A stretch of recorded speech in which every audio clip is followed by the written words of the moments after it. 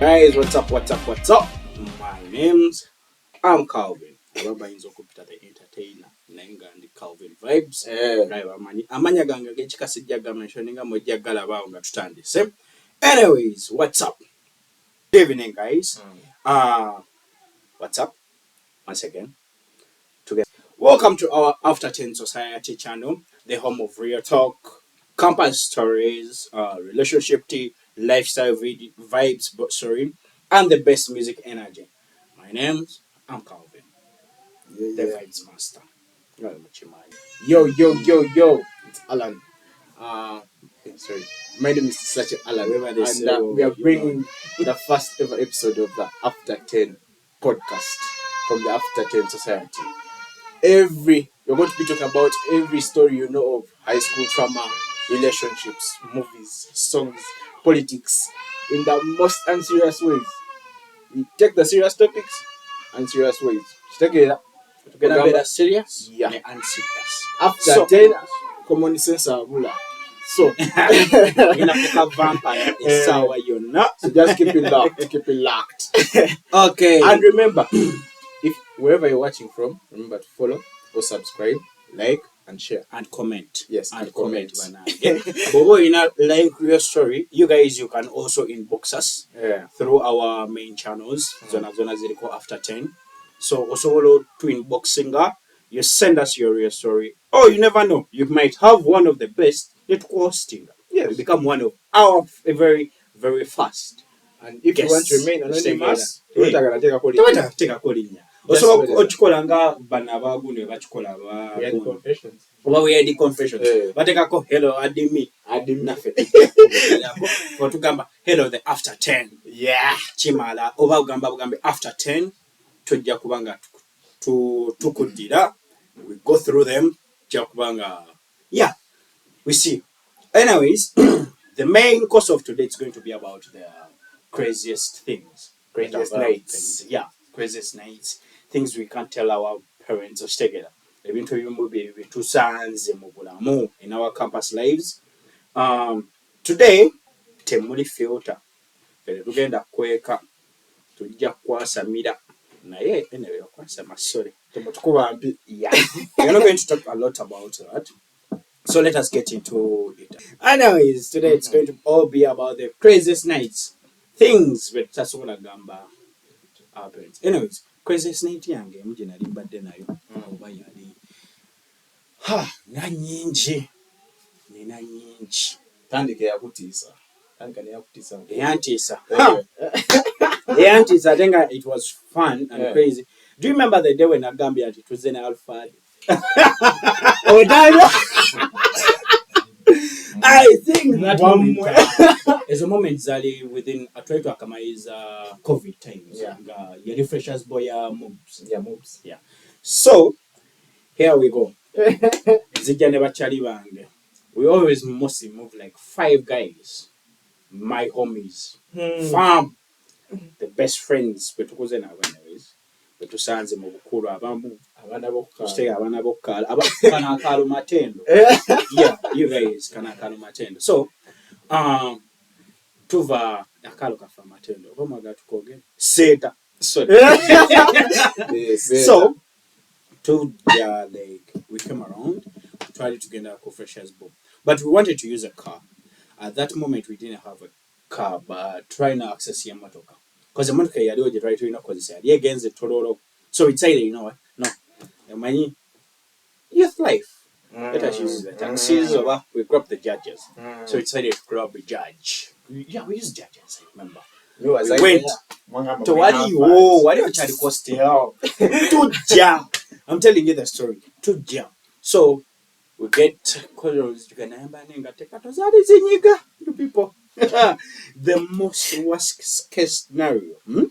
Weyagala okumanya engatto nnungi naye engatto ng'ekunyiga ekigere omanye ekunyiga akakagere akasajja okawe ng'oyagala kajja ng'otuuka ekisaamu dino okafunya bwot n'otambula ng'ebigere biriwo ebiti nate kyewuunyisa wali okumba okimanyi ng'olina olaga abantu nti omanyi tekiggwa buggwi. So we decided to pull up at Freshers Ball ne tuyingira. I remember twayingira Namugooni twayingira munda mu campus wetwali. So things went on, things were crazy. Abali balwana basikaka amasimu oli bamukubye ebimumi from nowhere. Walimu bali bamasandugu family jonkera bujonkezo fune nga bakuba abana bali abana. So anyways, we were having fun from nowhere because freshers boy amubzi mostly koma by sawa mukaga by literally midnight. It's done. People start to pull out to go to different bars. Most bars as kola ndari rise on the 84. You have to give praise to whenever in your bars, but the most bar that used to hit up by that time, by this time I think it's closed. Yeah. It's caliente. Bana atamanyi caliente nga wasomera ku mobs or boras. You people, you missed out. Mango Grove. Allah. Yo. Mango Grove. Right. Bonaba average people. Abantu tulina mu kasente bulungi. Nenga we can afford the dress up. Osegera. Naye ng'osobola okunyuma ng'ozeneza biyawo manyi bwali caliente. By that time there was a bottle was around 7k. Was it 7k to 8k? Mango Grove. But when you persist and you cross over to Thrones, Allah. Thrones otoka mu bale eri. People don't take beer. Bali kuzi bar. Bali kuzi namanya tetugamanyi ziba. Zebanywa. So we decided, you know what, let us first pull up to back to the story. Let us first pull up to our friend's hostel. Guy for Mubati, we need to give you praise. Bonjour. So we decided to pull up at his hostel. Guy chintu chimu chemanyi kumbana bamubs bamanyi kasese wava. You people who don't know kasese, it's one of that Ugandan let us say Ugandan gin made from the real roots of Africa. Because if you pull up at this guy's hostel, he had a full bottle of kasese. Ina namba. Tutuka bonjo aleta echupa ya fe ya kasese. Tumugamba wanje sebo. Fukamukagye afukira mu glass. But wakasese tuli kusipinga outside because gundi bali bagita bata hostel. Bawanjoge. Njoke. Njoke. Mama soko zikiza hostel bali bagita bata. Eri je twagenda ke ya bonjo ko yali. Yali awo. In area within the valley. The valley. I think bagita Akamwesi. So tutuka wao tandiko mani our Range Rover is tandiko kuitao na picking up delivery if you know what I mean delivery. So tutuka wao abana batandiko okwesortinga out Range Rover zipaki ze V8 ogenda okulaba gondi naba Max bali by the naba Subaru naba VTZ by the naba VTZ abana ba picking a delivery izo gamba iri picking a delivery according to everyone wants the thigh brown thigh. There is also that dark chocolate. Oh my God, I don't want to remember because so the story back to the story you guys. So tutandika okusipinga kasese. So when I'm there, I start to think, nina chali wanga asomera ku mobs. My co-host. Ate abera hostel. Si kumpi nyune na kama sikuzo wali bera hostel. Adio classic. Ju. Adio classic. Ju. So I'm like, you guys straight out with Alan. Or my invite master. By the way, when I'm with Alan, new people. Twina stories zange ne Alan we twagenda ko nyingi. Anyways, there are a lot. Back to the real story. So nkubira Alan mugamba oliwa angamba man I'm going to sleep. I'm in my hostel. So they are going back. Mugamba bro lero ebadde gundi freshers bo webaka chi situka tugende wayo inayo ne paper inayo siti era bede mugamba te webaka musajja itawo tugende ngamba ngamugamba kalize manye ekisika basajja ngamugamba tuze na lufani I tell Alan T. Gondia to Zena Alfad. Agamba olimba. Agamba jangu nchime. Nga tukirira. Najira twajira nakubiga remember najja na Isaac. Because Isaac yali amanyi obulungi. Tujja tutambula. Tujja tutambula tutuuka mukubira bro to the outside. He pulls out his leg. Emotoka eriwo. Mugamba eri wali epakinze paka west. Tugende. Nagamba aya. Tugende nga tutambula. Katuyita kwa Alfadi magamba yenu nga mugamba nedda yafo gimanyi ya white. Tugende nga tutambula. Kati ekyasinga otunyumira whereby God was on our side. Waliwo Alfadi yali aparkinze kumpi ne wetwali tunyumirira. Nga Alan alowooza yeeyo. Nga tutuukawo nga tusooka tumwa sipu ya Kasese. Pike tumujjamu. Decided to move tutambula tugenda paka ko Caliente. We are like 6 boys. Because it's tukira kwaliko our man Regan. Regan, the small and cylinder vibes master. Twainako Trevor. I'm a piano king. Twainako the one and only DJ. Again, okufuka the best DJ literally.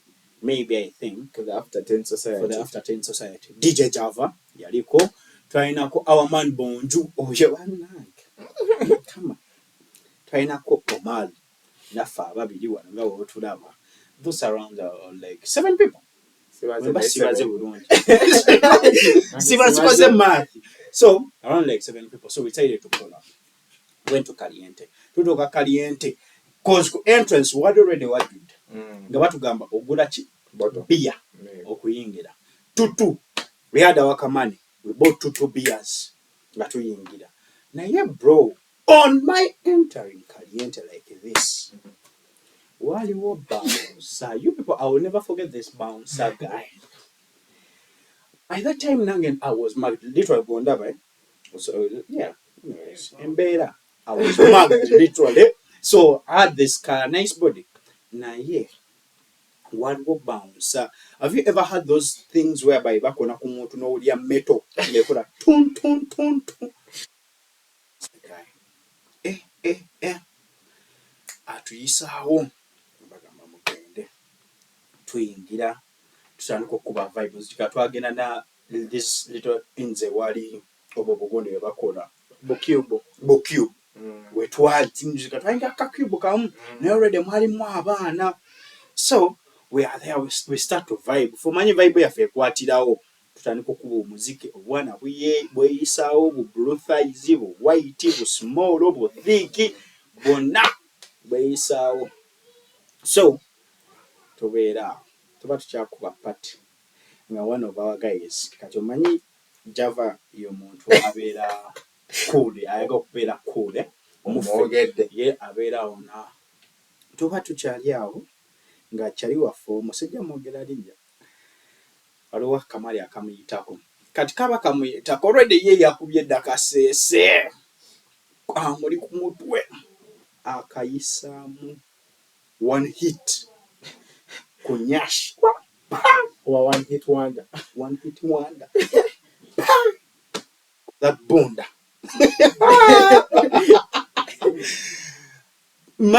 this chick turns around agenda okulaba kati focus yete yagiteka kugaya kyamukwete kabina yagiteka kugayi ayimiridde amutunulidde na smilinga awamani yali ayimiridde na smilinga amutunulidde yali Java amutunulidde yes man yetamanyi kituusewo but the guy who had hit ye yetolodde bwati n'ayitamu kati bwe yetolodde bwati n'ayitamu agenda okulaba nga gundi nga olya sorry by that mbadde nkomyewa mbadde nnyodde Kasese so anyway back to the real story so ono guy tunulidde Java bonju akubye ku sholi akabina naye amuyise bwati eri emabega ye asigadde akuba pate ye kati batunulira Java ye asigadde mu poses ze eza bulijjo guy chika mtunia bwati tamunyega chika atambula bwati afuluma mfe tusigadde tukuba vibe tukayola ba bouncer oli bouncer gwe nabagambye ko oli guy there I metal arms nga kubye empale yali akubye empale nga kubye t-shirt ekikalu naye nga empale ng'emusaze ne mu kabina what like in between like one way what netwali mu bbala let me tell you something if you are scared of someone ng'omulabe bulabi alali wetegereza buli kimu nogamba wawe nsobola omukubira naye the other guy tewali wadde wosobola kumukwata yali moto gayajja yali ayambadde buno bukeepu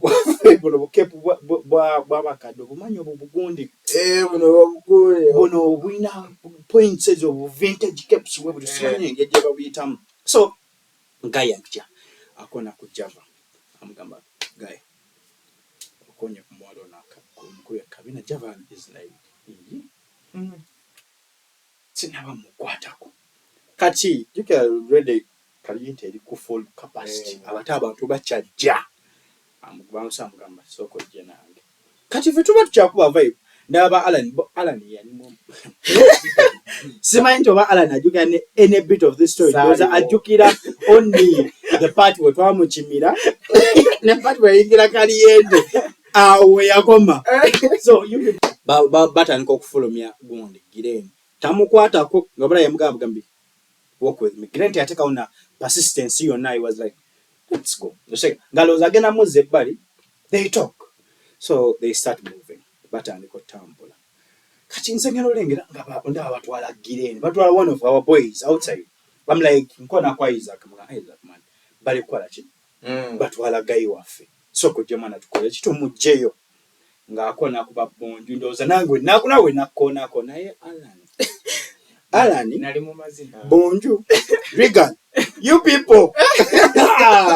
people mwatuleka mu maziga I remember we went outside like 4 people nze Isaac I remember with some other 2 guys n'okuga have okuga bibro okuga njambo banyumizaako eyo maaso so tufuluma tujja tukwate ku bounce nga tanaba mufulumya wabweru mugamba mpona ku bounce ngendo owulira ngo omukono okola tuntu nasooka ndyamu ngamba ako sikadde kayizulu oyo omuntu tutuuka ku mulyango awo nyini wenye nga wojjukira kaliyenti awo mu kufuluma baagala mufulumya namugamba bana kiki nga bounce atugamba bona alikola ki ali kubeera aido mugamba ate aido biki ali naffe tuguze bbiya tuyina bbiya waffe wali kiki ng'agamba nedda ali kubeera aido ayagala omusindika bwati amukwate amubejjeko amufulumye banaye gireni simanyi naki kyamuliko DJ Java sorry he jumps outside afuluma tugamba bounce banange kiki tusonyiwe kale tajja kukiddamu bounce atugamba nammwe mufulume nammwe batufulumizaako abantu aba bana tubagamba tuguze crate wa bia waffe ali ku table jukira tuleseyo abantu 3 ku table kuliko this guy Regan waliyo ne bonju but Regan ne bonju ne Alan abo bali balala Regan yetuyinza okugamba kale teyatulaba nnyo ne Regan si muntu anywa nnyo so we pull outside tufuluma wabweru kati njogera ne bagayi mbagamba mwana kiki gondi gireni atunyonyola kyekibaddewo mugamba manyi let's go back bana baye tugere nabo we go back inside so tujja tutuuka waliwo kamanager akaaliwo n'abalala ne babounce nowe bounce kenya atufulumiza nga tubagamba tubanyonyola nga bagamba nedda bassebo tugamba bana tukoze tutya kale okudda munda kozi tuyese bbiya waffe munda kale mutuweke tugende tumukime tumugjeyo tufulume nga bagaana nga manager agamba anyways kale okuyingira mugule crate endala ya bbiya nga tugamba wanti ssebo tetusigaza bana ecupa ya kaliyente yali ku kasaavu campus life byakweyiya crate ebeeramu 24 beers abamanyi mathematics time multiply anza tubyagitegeka ku screen 24 beers time was 7k nga sente nyingi etumugamba manyi kasooke twelowooza nga tufulumamu tukomawo outside mu parking tuba tunyumya kati ngenda olaba one of my guys gwe manyi otuka gayi yali akwana sister wange muko by that time yabeera muko wange bulungi sijja mwogera linnya mulaba mbagamba ono boy mumanyi mujje tuyingire ku kati guy you already azine ba big men omanyi bafuna ne gundi bouncer eyabajja ku the main gate okubaleeta eno kasimo gate ka client okuyingira munda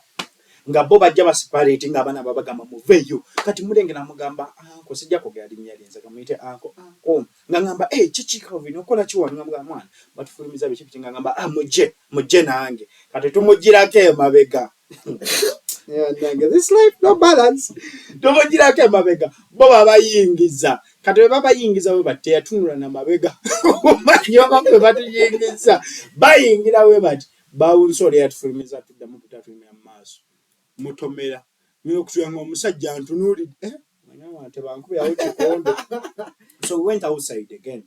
That's one of my crazy stories that happened within my lifetimes during campus time. After, you guys don't forget to comment, share, like, and subscribe. Still on all our channels of Zona. Sorry about that. Channels of Zona. You like, subscribe, comment.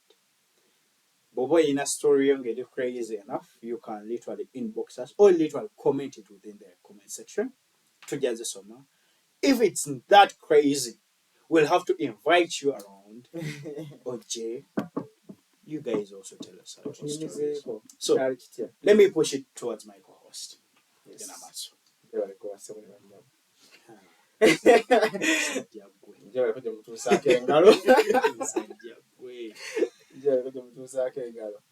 Anyway, my crazy story.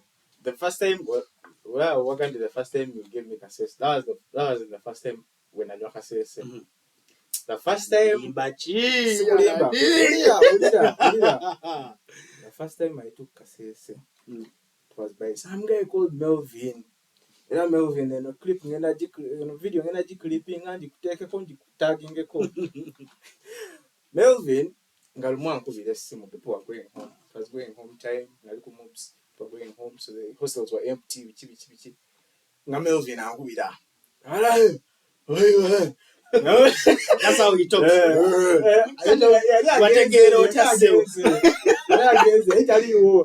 I said zombie talk. Melvin, okay. Tata Sam. Let me come and pick you. I think I said, oh, first pause. Kama zibaga kuita Tata Sam. Ndio wali akabali kumukisi baja kategera. Mbadeti wali akakubaga Tata Sam. Tata Sam ize. Kanzi je nkukime. Tekakenga to ntandika okudduka kale sadduka. Nalinya boda wadduka wakola nalinyawo boda nalinyawo zugu tujimanyi nalinyawo zugu ati ntuuka nonya Melvin simulaba nonya kati kumpi ne Tata Sam. You guys were in moves near Tata Sam's shop.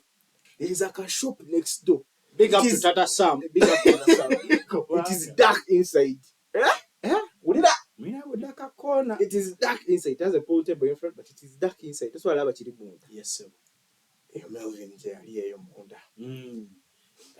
Melvin, nyingira yo. Sanga Melvin, ali wise. But I don't want to find that's Melvin, chechi, uli okay? Yaze n'abantu batano naye ku bonna abatano tukuli mulamu. Badaba n'abantu basoka ngazuka. Alan ntuze. Anti, bwenaguze wa Alan bulete. Ayi, bwaguze. Ngabamba, they gave me a white disposable cup. This was small one, but it was full. You're short. Yarukumi. Si yarukumi. Buba bwa bisatu. Say. Zebatuuza rukumi. Kati. Bro. Ngakwaza. Ngandoze. Nayidozo ba UG. Ngamba kubayo naye tonywa nnyo olidde. Ayi. Sinywa nnyo kanaawe. Kati if you've never taken cassette, this is what happens when you take it. Bw'okikubayo omulundi gumu. It will go. It is like olinga ekubyeko gundi sanitizer yejayi efumuka newe malo okuyita hano bweti ku mumiro ebe yagala kutta ngomanya the heat. what it burns, how it burns, manye yocha. Eyocha. Masese ayocha. Ati ngomukyala atunulira ngamba naye muvubuka wandigenze mpola. Olaba Melvin anywedde butaano kati ate nze nsobola nnywanga mukaaga. Akaale. Kaakati kisaakye n'amadduke nga njiwayo short esooka nga binjokya buns. Oh, omanyi kaseese. So I first fall down to my knees. I start calling God. Tudde wala actually that was the first nagwaje nga ninga mbwa. Nyimuka. Melvin ono Alan wa maanyi bamweyo, but Melvin his eyes are closed. Takyalaba. Yali amanyi nti yegwe Alan.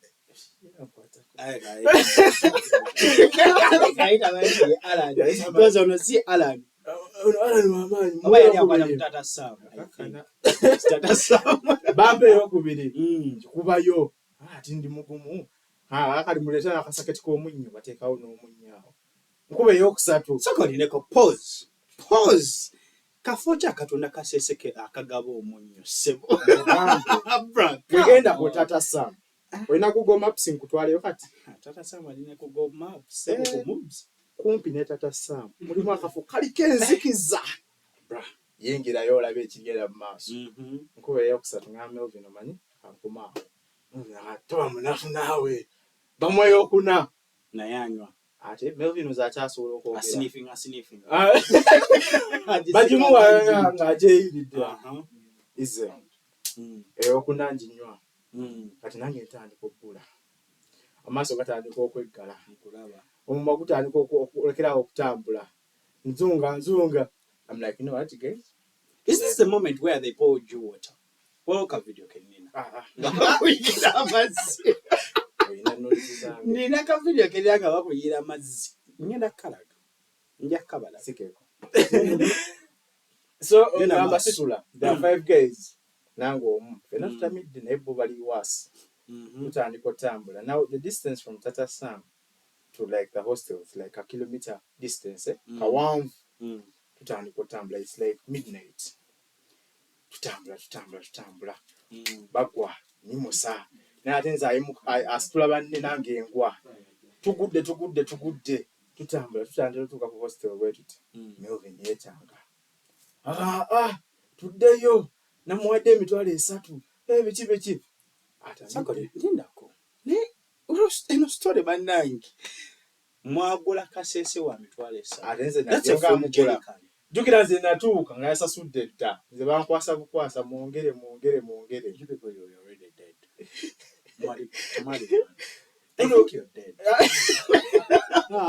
Ndozo oli mufu. Saazi ndawona. Tutuuka kumpi ne hostel.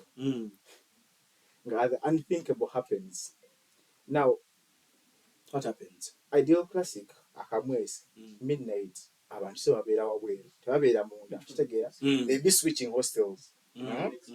So tutuuka wabweru Melvin yekyanga agezaako kyuka tumulembesa agezaako kyuka ekisaakye waabwe yalimu olwasoba bamusindika.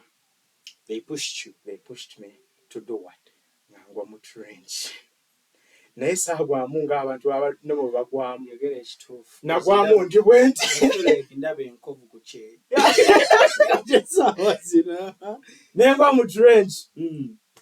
I had 2 options. Ngamba kati nvaayo oba nsigalayo.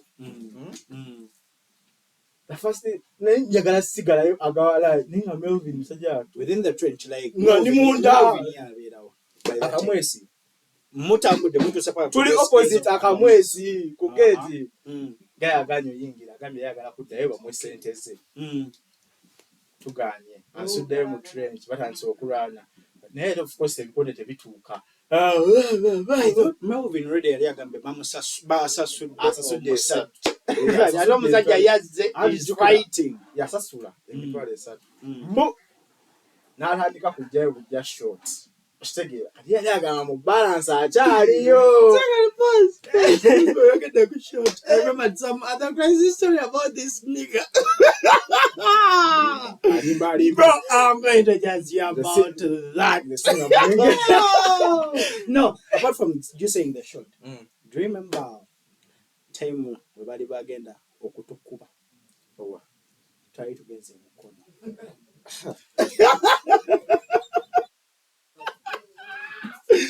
Nina story, you guys. I have a story about this guy. You're not going to believe it. Mama and now, yeah, you guys, if you give drinks, you want the real vibe. Alaniwa campus is literally a big difference. Ko Alaniwa kati. Alaniwa campus yali. That was not the professional. Bruh. I have a 9 to 5. Tulage yo real true you. Njabatirawo ka video. Genda maaso. Muda mu trench nvuddeyo ntandise okwesombasombako omusajja omukulu wabeera. Ddeyo tukuttemu ebintu musitudde tumukasuse ku gate. Nyingira hostel yange nange. You guys even fought. We fought outside. Abantu nga batulaba. Hello. Okay, guys, welcome back to the After 10 Society segment. It's called the Listener segment. Stories of shame. Hostel confessions. Guys, you might take a care of all the weird things. You people, I want to be hostel. They go through a lot. Telling you the facts. Bite through a lot. Like, binge in your gobios, Subianti. Bioisemu, baby singer Kuyabalala. Anyways, as we are speaking right now, Tina, one of our farm boys, UK, UK too, Tina, one of our farm boys, Bamuita, Ekeman, Trevor, again, Akubanga, Ababudinako, is going to be reading some of the confessions. One of our listeners, since it's our first ever first ever After 10 Society broadcast. So, Trevor, I think Yesawa, you can first introduce yourself. By the names of Trevor, and yeah, I'm so honored to be hosted at After 10. After 10 Society. I'm going to read for you the confession. I think I have one of my nannies, no? Jenna Somia, anyways. I read it from one of the confession groups. So let's go. Egamba wait. Hello, admin. I moved to this place in June this year. And there is this young single mother living close. Bro. I have also a story about a single mother. Get ready for that. Okay. For afar, I can tell she's decent and hardworking. But I could tell she sometimes struggles financially. From hello to hi to each other, we started talking and becoming friends. I buy her groceries and assist her financially from time to time. Her little daughter became attached to me as well. You guys, these things about single mothers, nze kyembimanyiko bw'oba oyagala okufuna single mother, you have to first like the kid. That's the fact, by the way. Olina sooka n'oyagala akaana ke, bw'oyagala akaana ke oba ogenda kulya. Nze mmanyi eno story gy'ekoma. So, as I was saying, her little daughter became attached to me as well. Last week, she told me she wants to discuss something with me in person. And as busy as I am, I can only make time on weekends because I leave home early and come back late from Monday to Friday. So I told we can talk this weekend. Yesterday, she came home. In my mind, I thought she was coming to ask for financial assistance. Rather, she told me she only want to thank and appreciate her. Her. Family and appreciate what I have been doing for her and her daughter. It went far and quickly, and we kissed for the first time. She undressed herself. Like, come on, bruh. She undressed herself. But I had to restrain myself, and she left. I could feel the pain. Ono guy yali blast, you guys, if I'm to tell you. Ono guy yali fala. Bakuleetedde ennyama olye ate osazeewo. Faka. Kyokkola nze neewuunya n'okwewuunya abavubuka abamu. Me, don't trust me. So for you, I could, bruh. As this guy is saying, I could feel the pain in her when she was leaving. I'm so confused now. I don't know if I should look out for her and apologize. You guys, banani, musoke munyambeko. Also my co-host one ali okumpi. So kombolire, bobeera gwe, what do you do at that moment? Era tugenda kubuuza ne kubamu kwa our audience members tetujja babalaga naye njja bawa mic. Bambolire kiki wandikoze. In this case oba oli musajja. Tulinawo masandugu family. Ngenda kubanga mubuuza tulabe oba masandugu omwogeddeko nnyo kiki masandugu kyali kabula zasoko kasala mulaba that brown thing masandugu family.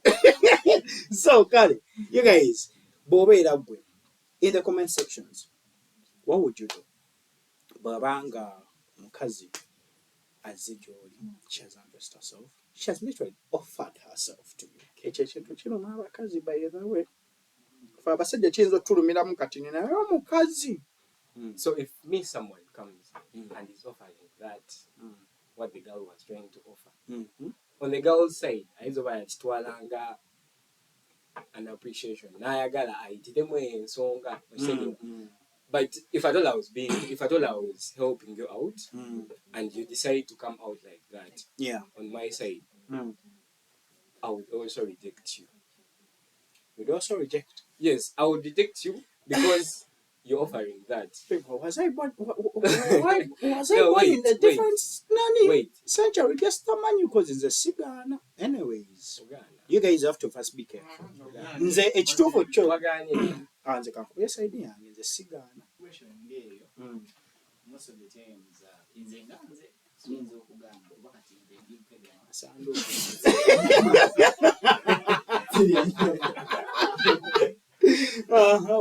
Vegetarian era webanga nnyama amba sijja kulya.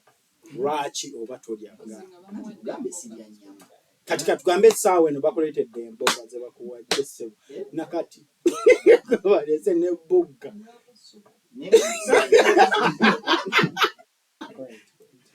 agambye anywa mu supu you people. But remember, oli abuuza by the way you guys tuvudde ne kumulamu omuntu gaye abadde abuuza what would he do agende yeetonde eri omukyala oba teyeetonda mwe mulowooza yandikoze kyagende yeetonde oba teyeetonda basing on what the story said earlier ekyokubeera nti yayamba omukazi kitegeeza naye alina intentions ze kitegeera so kyandiba nti yali ayagala ki omukyalo ono era kuba sitegeera lwaki yagaana ayinza okuba nga yagaana lwakutya obanga yatya kati kyeyandikoze nga nsava nga yamanyira kulya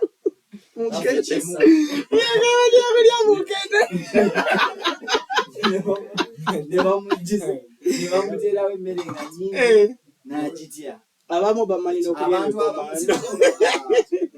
Calvin simanyi oba wali okyaddeko kijja kwewuunyisa w'ogendanga abantu ng'olina gy'ogenza okukyala ogenza okukyalira bakwano bo maybe ogenzeeko ewaabwe most of the time ojja kurealize nga bavisitors bano abasinga bamuleetera emmere n'atunula ebbali ekyo kiri ayagala African made you people.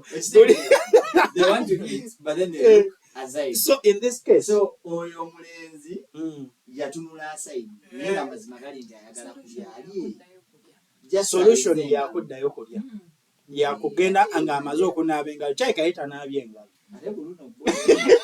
kyayika yayitanaabye engalo yayika yali ayina okugenda solution naye nze gye nnina in my case me the solution that I would give to this guy I think surely baba yali akuwadde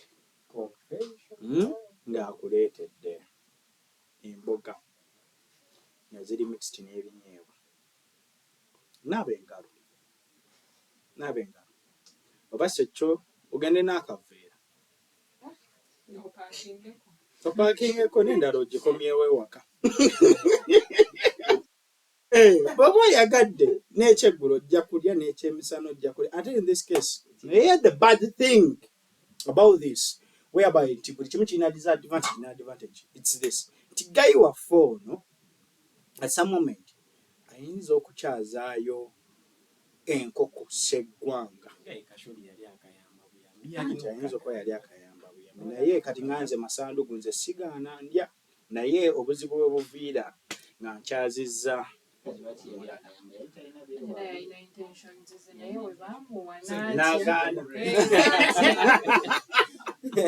anyways you guys let's get back to the listening mode so tulabe what other weird confessions is there. So my brother, so let me read for you some of the confirmations here. There is one we have got from Mimi.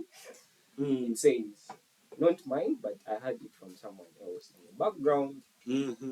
A couple were doing the deed.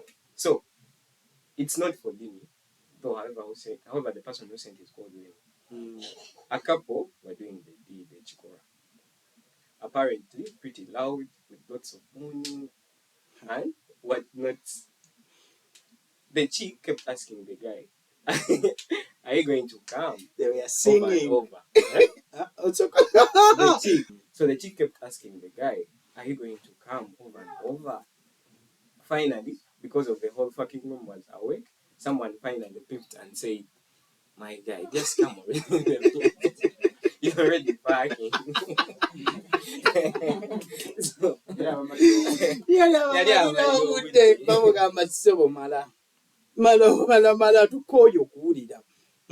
that one was from Mimi. Okay, you guys, listen up. I'm Calvin, the vice master. So, Zenina, we had the confessions about the single mother. So, you guys, babe, I think I told you about this.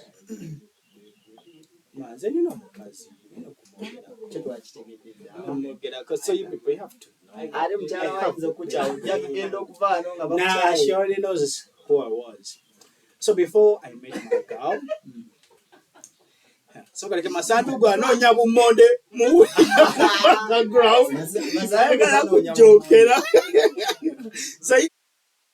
So I met this single mother.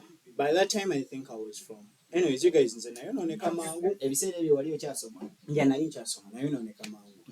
I got spoiled. And I was in a campus. By that time I was in primary. I was in primary. I think I was within my vacation.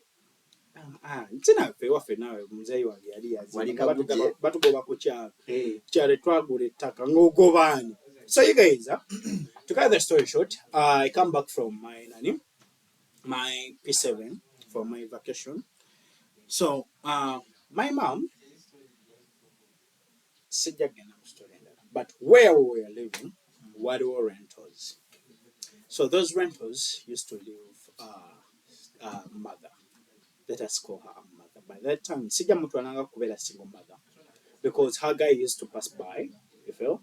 Check up on her.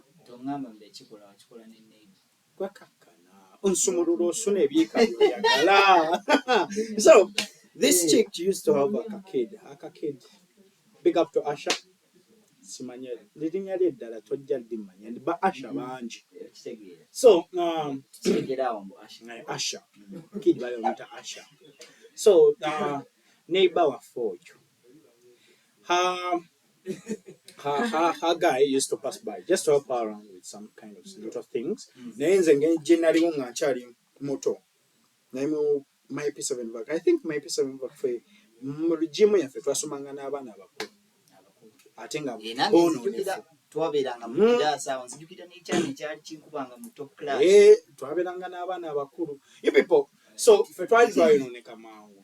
So ono surely ngaina akaana yali akakazaala bambi katabanike. But I used to pass by. Again, I'm passing by. Like you help her around the house, or whether no mwana we you sweep. You like the kid. Kogamba akana nika getting attached to you. And the most case scenarios in this regime, banange, a single mother. You people, bw'oba omanyi nti olina omukazi gw'oyagala ng'alina omwana, sooka omwagalira omwana. Ebisigadde bimulekere. Because ye ebisinga jjabba abimanyi ekyokukola. Ebisinga jjabba abimanyi ekyokukola. So you guys, nze njagala akaana. Anyways, me personally, I love kids. I do. So njagala akaana, nzanya nako biki. There was a time, carry the story short, toka kuchinyusi kwennyini. There was a time, I didn't know, but me, just my advice were to watch movies at her place, you know, just with her. Nakulaba mwana just kumwagalira ate oyo omukazi ayinza okuba nga yalina ebyokulya ewuwe teyalina mukazi by that time yali muwala because I feel like she was young. omubiri ogulaba yali mmere nze omubiri gwange guli naturally by the way. Me I was God given, teyali mmere so I'm literally demigod. kati otuuka ku kinyusi so kati ngendayo olwali lunaku lumu because I remember even my parents were not around, so I went there to watch a movie with her. But kambabbireko abavubuka abamu bw'oba omanyi nti ogenda kulya, these are the first signs z'osooka okunokusinga eri omukazi. First of all basooka ne bakubuuza, do you have a girlfriend? njigira ku ggwe Truthfully, do you have a girlfriend? Omanya ogenda kulya oba toyagala oba ogenda kulya. Do you have a girlfriend? Anyways, have you ever kissed someone? Those kind of weird questions. ebibuuzo mubiwulire So or like, yeah, I did. I like by that time I didn't have a girlfriend because na ina kajamu vacation here. So mugamba tunyumya omwana we amala yebaka olwo nga mutudde mu ddiiro oba nga twali mu ddiiro. We in the sitting room watching movie. Ate movie muzirabira mu kisenge. abantu abamu kuba nali neewuunya No mwononefu. Movie ezizirabira mu kisenge. gwe wangambye mbu watuuka ku kinyusi ne ngamba nje kati ekinyusi kyekino ekinyusi kyeki kati wulira nsumulula musuna oba mwagala kiki bana bayala bano. So you guys tulaba movie omwana we yeebaka amutwala mu kisenge akole ki yeebaka amwebasa nze nsigala ndaba movie ntudde mu ntebe kiiki ono agenda anaaba. So baba singa bamanyi abakazi abamu bagenda okunaaba waliwo ebinabiro by'omunda bamayiza ng'asiimuula. So she went. No, it was a double room. Kisenge neddiiro but it was self-contained. So nze nsigala mu gundi ndaba movie. Kati ndaba movie sholi agenda anaaba akomawo ayambadde ka night dress naye yeesibyeko towel. You guys, bw'oba omanyi omuwala alina omubiri ogulisedde. This chick had the nicest body. Even when, sorry babe, but even if I close my eyes like this, nzijukira. ku myaka egyo He's lying. ng'osobola n'okwawula omubiri Leka naawe efe abaana b'edda naawe baali balabanga emibiri. Come on. Ffe twalinanga n'abasomesa beweego anobeera noga tikyoyo waddala naye ng'oli mu primary 3. Real talk. tewali mwangu Nze saali mwangu naawe. kubanze nzijukira mu primary 3 basajja be batusomesanga Wasomera mu single sex school.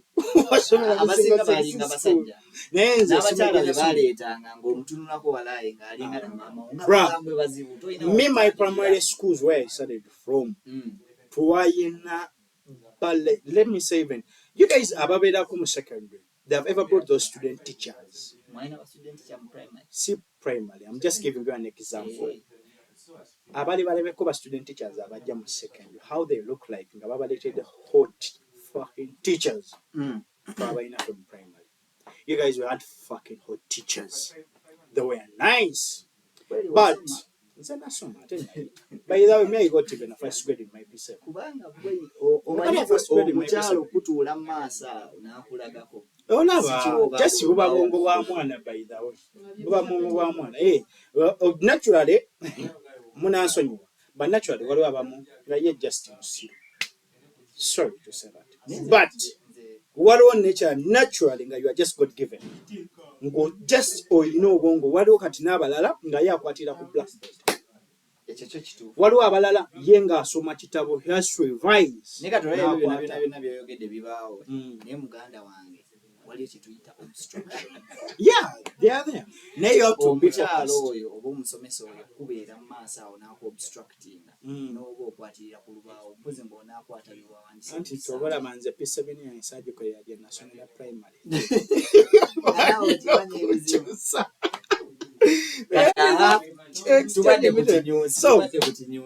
going back to the story, this chick comes around nga mazoko na after showering.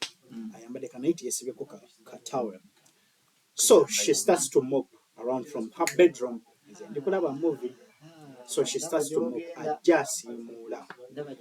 Kati, she reaches the doorway. Mukufuruma. Ajasimula. But you know, as kids, otudde olaba movie. Ate nze omubiri gwe nina mwana omubiri gwange nakulanga kagambe nti okula mangu. Wali mujimu. Webali nnyo. Nate mwagesa ompeta. Nze nali mujimu. So nga oli bwandaba agamba mwana oyo mukulu. ate ne walala nze Mukama yali yampa. Wakwekako emyaka. Sikwekangako myaka. Mbo bagamba n'omukyalo oyo wamugamba. Omukyala yayita yambuzaako myaka gyange. Truthfully. Naye nga okusuubiriza nti kaŋŋambe singa yakubuuza wandimugambye emyaka emituufu. Kyo kituufu nandimugambye. Because we are like buddies. Nga bw'omanyi nti oli mwana ate omuwala nga bw'omulaba omuwala n'omwana. Mubeera bakyali just kunyumyamu. Tomusuubiramu byansi mattu. Tomusuubiramu kintu kyonna just omulaba nga kyaliwo. Kati nkutegedde genda mu maaso. So, ajasimula as she's mopping. You guys, I want you to imagine this. So as she's mopping, she gets out. She reaches the sitting room where I was sitting. Ndikulaba movie. She atandika okusimula, asimula wonna. Atumanyi how these back in the day, abantu ngeje bayi basimulamu. They used to use those moppers. Those are nesas in ebintu kutamamu. Singa bino ebyakati nti kati abaana balina mopper naye simula abayimiridde. By the way, guys, ebintu bya mopers empamvu ennyumba tezitukula. Tulina kudda ku nono. Yeah, you people tulina kudda ku nono. Back to the story. Guys, I want you to imagine this chick. Njagala mu imagining, close your eyes even. Men, close your eyes. Girls, close your eyes. I just want you to imagine. This chick, she's brown. Short. Not, do you know that short lady? Obo bupigimi obo naye nga si kawanvu nnyo ate si kampi. That side. She has nice legs. Pulira n'okwogera erinnya lye njagala lyogera. Nze njagala lyogera. So, she had the nicest nyash. She had the nyash. She had the boobs. She had everything. Figure 8 ngoli kyoli bw'omulaba tosobola kusuubira nti yazaala. Wamala ebbanga ki ng'obirowoozaako? Si birowoozaako essaawa zino nsobola okubijjukira n'ebirowoozaako. Abaana baagala okumanya ebinsi. Tebyakutawanyaamu wali nga. Kati wulira nkulaga nkunyumiza. So sholi amala okusimula bw'ati akomawo aggyeko towel asigadde mu kanaiti dress. Ate mu night dress wedda anko abaana abaali bamanyi obbwambala nga ebbeere oba olirabira ddala nga liringa fumu. Buli kimu oba okiraba. So she comes around. She came with let me say a blanket. But that time ndoza yali leesu ajja. Like yebike, we watched the movie together. So I'm seated at the corner. Let me show you. I'm seated at the corner side of the sofa. I'm seated watching the movie. She comes, she sits in the other corner. You feel? Yebika, ebigere. Kati mukwebika ebigere. Tulikulaba movie. She literally stretches her legs out and take her ebigere. Kati me in my young age, my nigga had to. Omwana okumanya nti ono omwana tisigese ki oyime kulyawo. I got up. My guy had to salute. His legs were nice. So she brings Alex over. She's like, Kulaba, Kulaba. I'm like, yeah, what's up? Then she goes ahead and she's like, "Been a girlfriend." I'm like, ambuuza olina girlfriend mugamba siina kati you people bwe mwagala okulabira ddala nti ebintu bino bitukesa ne bikyukamu is by the moment movie eyo bwekyukira negenda ku the other casual, let us say casual what? Casual. So you guys, as I was saying, surely ajja akatuula mu ntebe yakutaddeko dde ebigere tuli ku bigere saga kusuula step yagala eyo mulize bulungi movie tugiraba etuuka ku kali the other moment. Those moments whereby things get intimate. Tewatunulako bbali tosobola kutunula bbali already otunula era ekigere kikuli wano ate ekigere kirina engeri kitambulamu tewawuliramu yadde n'okuswala. So I first kept quiet. I was a little bit nervous because she was much older. Like literally yali mukulu kunze nga mutya ate you know by the time ng'oli muvubuka ng'okyali mwana muto abawala abalungi oba obatya kikituufu ofunamu eyo ensisi nga tomanyi kiki olina kukola ekiddako. So this chick pulls up like closer to me. She comes, she puts her legs the other side, then she leans over to my thighs. Atekako omutwe alaba movie. Kati emikono gyange giri wano wegiti ogumu guli eno omulala guli wano. But I feel like touching, but I'm scared of touching. I'm in that mode nkoleki kati eno wansi omutaka ogezaako omulwanisa aleme kusituka aleme afande agenda kukona ku mutwe jukira so lyakyusa omutwe ebigere kati abitadde eno omutwe guli wali wennyini anyumiza gwe akoowa ira kugambye oli omuwala yali muwala akyusa ebigere abitadde eri emukono gwa gumu guli wano omulala guli wano just gwagala kukwata ku lubuto just to touch but I'm scared literally omubiri gwange gutandise okuba faster kati wamala n'okwata. So I kept quiet. She's watching kati mukulaba movie already ebirowoozo byange byatambudde dda this guy can betray guy atandika okusituka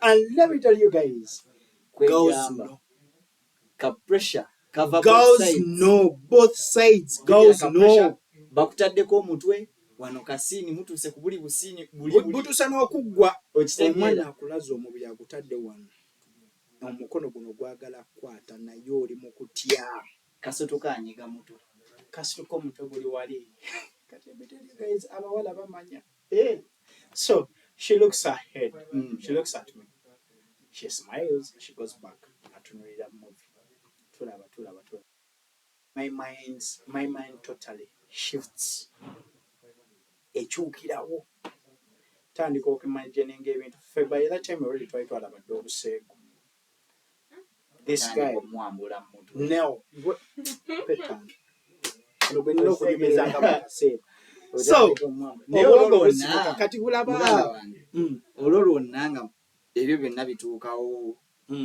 omuwala kati omutwe agutaddewo ng'omwana ali wangayebase nagambye omwana yebase obudde bwali bwolwedde butuuse obwekiro like my parents were not around so ate nali that guy nti basobola okundekawo ne bansangawo even tomorrow basobola okunsangawo ate they used to not ne bwembeera owona omuwala I'm safe because she used to be a neighbor. Thank you. Tebamusuubiramu. But my mom knew.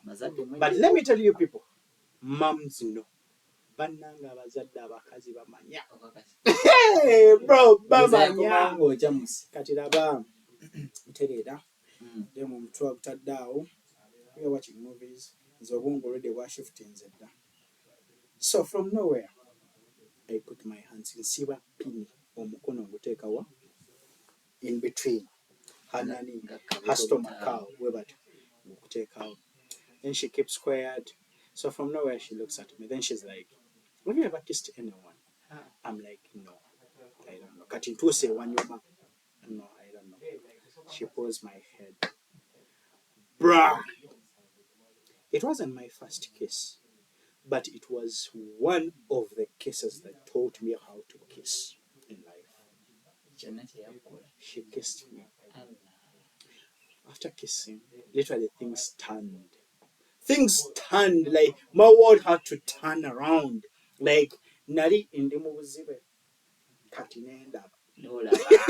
So I saw. You guys, I want you to imagine. Why much fortune? She turns. She gets up. She sits on top. You guys, when wasana wenga.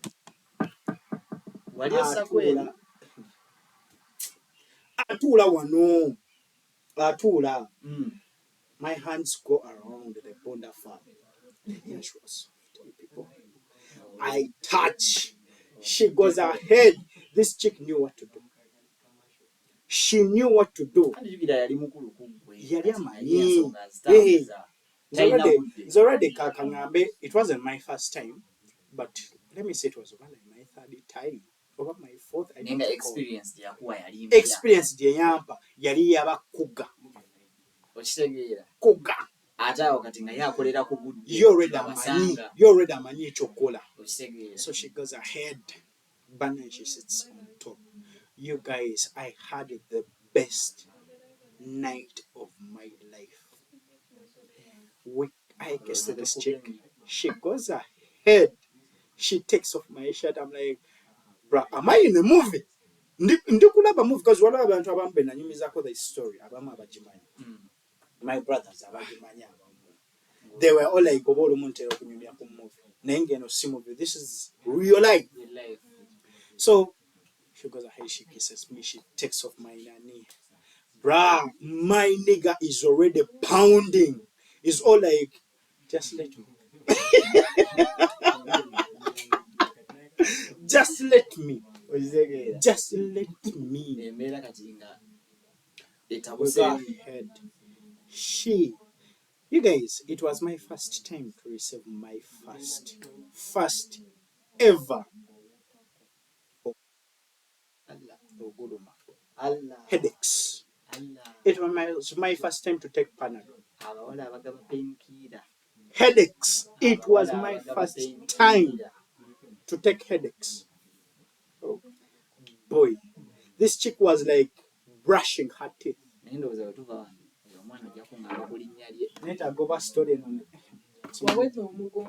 You people, I'm like, she brushed her teeth. You people. After that, she goes ahead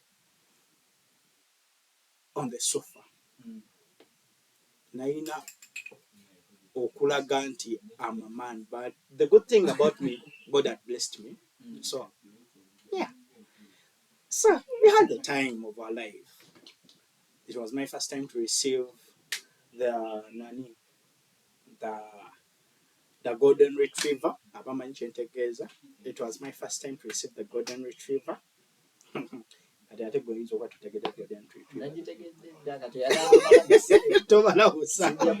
was my first time to receive the golden retriever. So it was the amazing night ever. Because after that, she showered. I had to go back home. But bruh, if I'm to tell you that I even slept, I slept happy. I was very happy. But where I went, parents know. Bruh, let me tell you something. My mom told me this. These are the only things she told me. She was like, because for her she calls me Kevin. She was like, Kevin, bajja kukuba. Wegendereze abasajja bajja kukuba. Teyangamba just wegendereze abasajja bajja kukuba. That was it. And that's when I know mom no. Moms do know. You people muizo olowooza nti olina kyokoze abazadde abakyala bamanya. Bakutunuulira bw'ati n'amanya. Kankubuuzeeko. Ono omukyala ebyo byonna nga bigenda mu maaso. Mu biseera bya kaakati bye tulimu kati.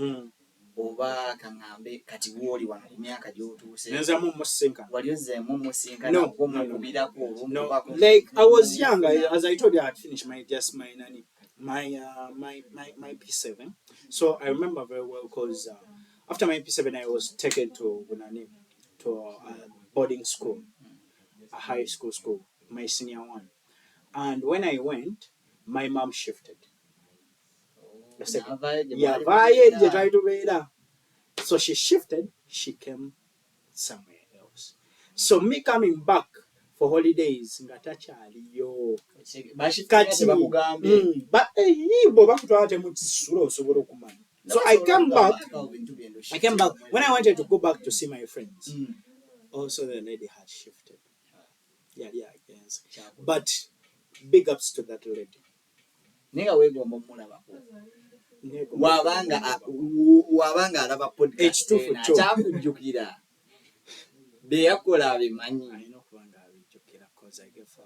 bambi taginge abantu bangi eno podcast. You people don't tag. You knew this story, so I told you about the story. Omukyalo ono tumanye gyali. No, you guys omukyala mumuleke bambi. Nedda. Mumuleke saaza ayinza okuba alina tebamumanyi linnya just ngamba bataginge abantu. Temutaginga. Osanga wana. Saagala yeerabisa. Ajja kujja kuweereza ka text eyo musaire. Anyways, you guys, we have come. Wow. Yali amanyi ekyokukola ye kennyini because yali mukyala mukulu. Anyways, you guys, we have come to the last end of our broadcast.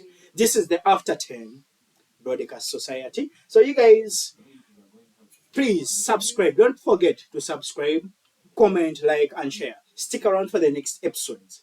These episodes we are going to involve around a crash.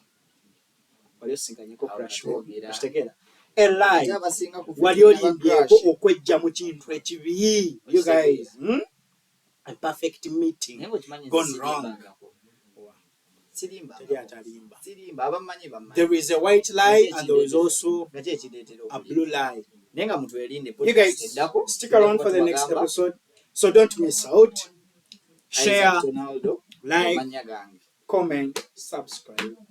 Get into our inboxes. This is the After 10 Broadcast. I'm your host, Calvin Klein, the Vibes Master, with my co-host here, Isaac Tonaldo, plus my other co-host, Alan Chisacha. Stick around.